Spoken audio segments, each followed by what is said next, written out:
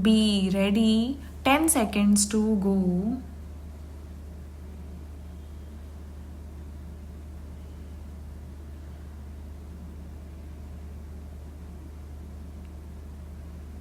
Start. Mr. Vice Chairman, sir, redressal of grievances was indeed a great lacuna in the Industrial Tribunal Act. It is that an individual workman cannot go directly to the tribunal for redressal for his grievance, particularly in case of his termination of service. He had to go through the process of conciliation and reference and all the uncertainty of such conciliation and reference bogged down a workman who is already out of employment. Now there is a provision that he can directly go to the labor court or the industrial court. There is a 3 months period. It was suggested that it need not be 3 months. What is going to happen in conciliation, what is the attitude of employer, etc., becomes clear in the first meeting itself. So, the standing committee, on the basis of a consensus, suggested that bring down that period from 3 months to 45 days. Let the workman get early justice. Giving him an opportunity to go directly to the tribunal is very welcome, very necessary, and is 60 years late. But after doing that, why is this miserly attitude of prolonging his agony there? It is causing no serious harm to the government or to the employer.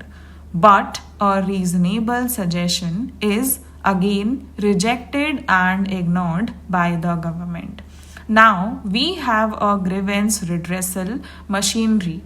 This act before the present amendment was amended in 1982. In that act, this grievance redressal machinery was provided for. For the last 20 years, this provision continued to be a dead letter because it was never sought to be implemented.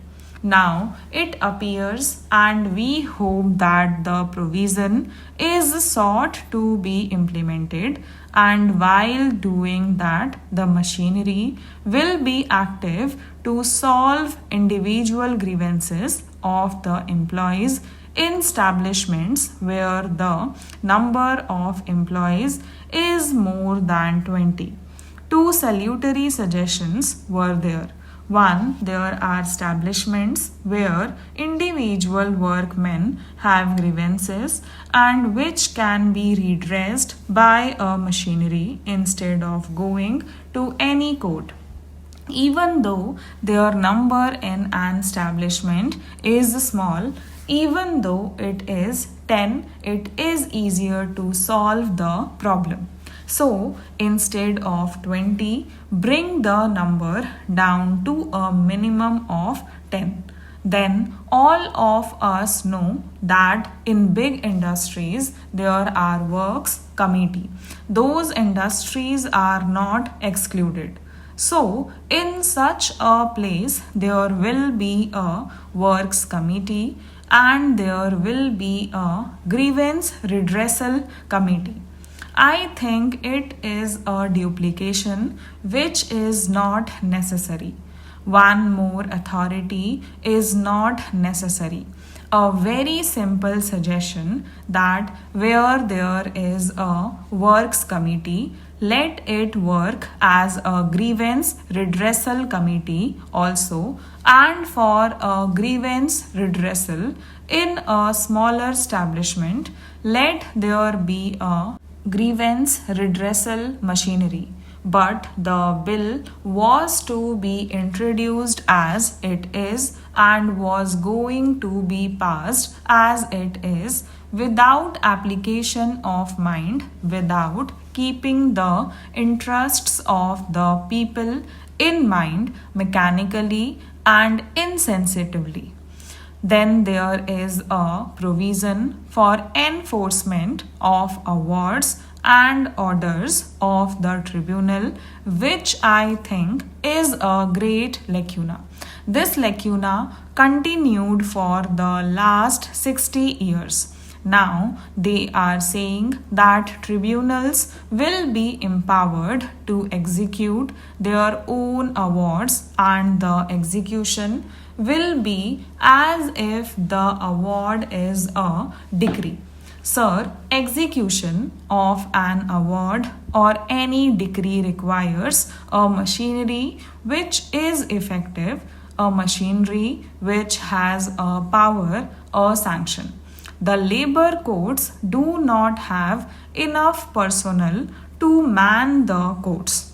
So, we are diluting their qualification by this very legislation. Now they will enforce an award without a machinery.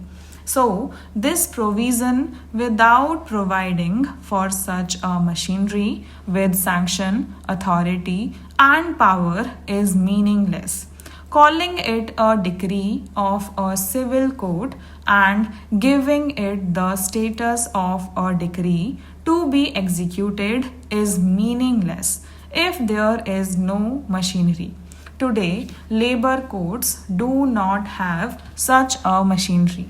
If the 1992 amendment without implementation can continue on the statute book for 20 years, the present amendment without the provision of a machinery will be there and will continue on the statute book indefinitely without giving any relief to the workman who needs the implementation of the award. Sometimes such awards are sent to the civil court under some laws. Here, that is not the provision.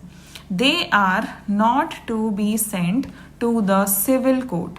They are to be executed as civil decrees.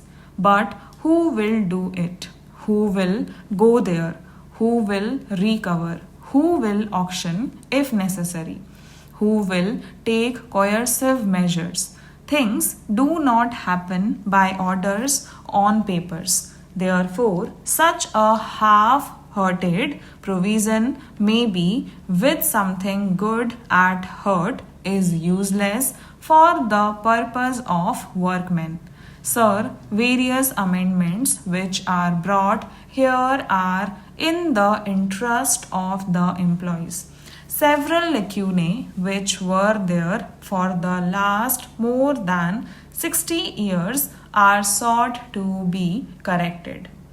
Stop.